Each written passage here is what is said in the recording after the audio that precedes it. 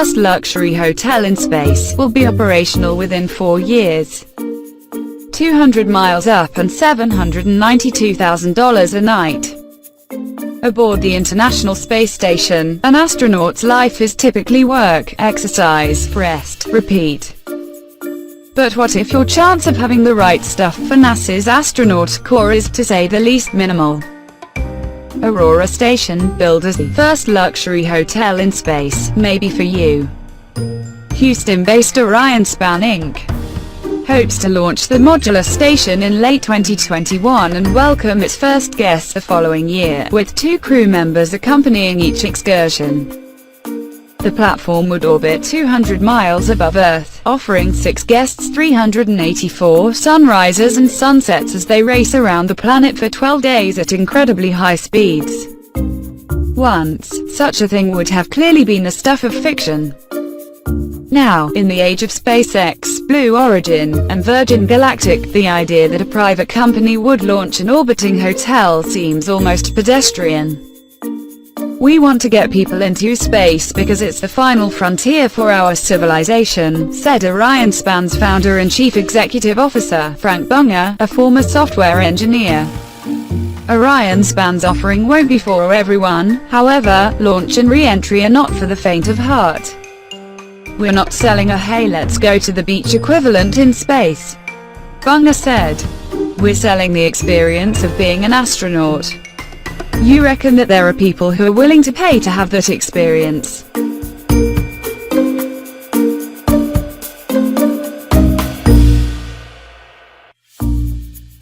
Beyond the physical limitations to embarking, there are also the fiscal ones. The 12-day stay starts at $9.5 million per person, or about $791,666 a night. Aurora Station is planned as a 35 by 14-foot module, or roughly the interior volume of a Gulfstream G550 private jet, according to Bunger. The station would accommodate as many as 4 guests, plus the 2 crew.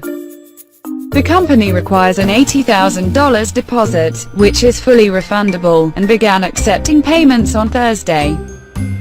Orion Span is assessing potential funding sources to get the endeavor off the ground, but won't disclose how much it wants to raise for the project, a spokeswoman said. It reflects the type of commercial venture that's become more common over the past decade, fueled by decreases in launch costs and an influx of venture capital.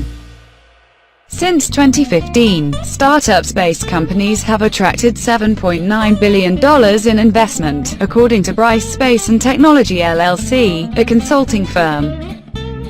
The commercialization of LEO, low Earth orbit, is an exciting prospect, but it will be an exercise in determining what ideas are more real than others, said Phil Larson, a former space policy advisor to President Barack Obama who worked for Elon Musk's SpaceX, or Space Exploration Technologies Corp.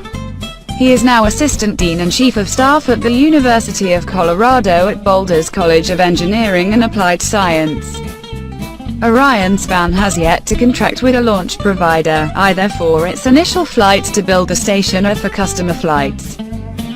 The startup's aggressive 4-year timeframe may be a ploy, Larson said, to assess what kind of market might be out there for this. Vanessa Barbordi, managing partner of Starburst Accelerator LLC, a consulting and venture firm, added that the public relations push behind Orion Span may be an effective way to help the company attract funding, too. No word yet on the minibar return-down service. Orion Span's chief architect and operating and chief technical officers are former NASA employees. The company said it's developed proprietary technology to drive a full order of magnitude of cost out of the design and manufacture of a space station. Bunger said the firm's designs would work with most of the current launch configurations, such as Arianespace, SpaceX, and United Launch Alliance. It could also partner with a government space agency, he said.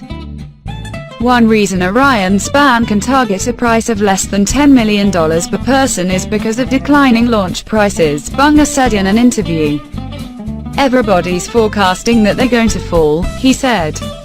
Almost every week there's another rocket launch company that's starting up with a new way to get to orbit cheaper, faster, better.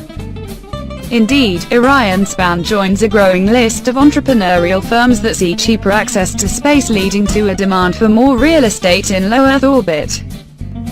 Bigelow Aerospace LLC, founded by lodging billionaire Robert Bigelow, deployed its 8-foot, 3,000-pound inflatable activity module on the ISS in May 2016. In October, NASA extended the 2-year service period for the module, which is used for storage, to remain part of the space station until at least 2021.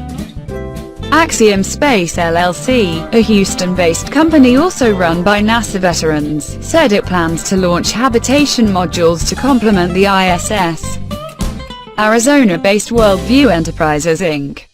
is developing a fleet of high-altitude platforms, called stratolites, carried by balloons to the edge of space.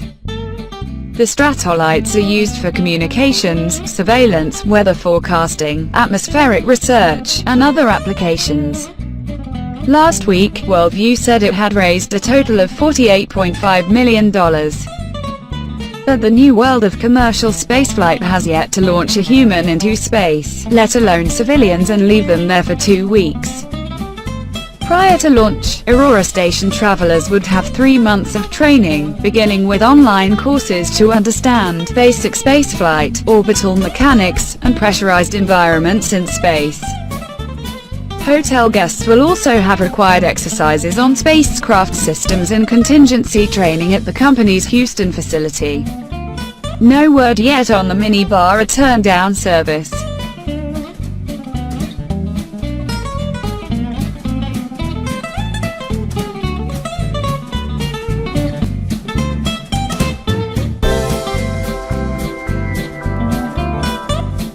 Thanks for watching. Please like and subscribe for our channel.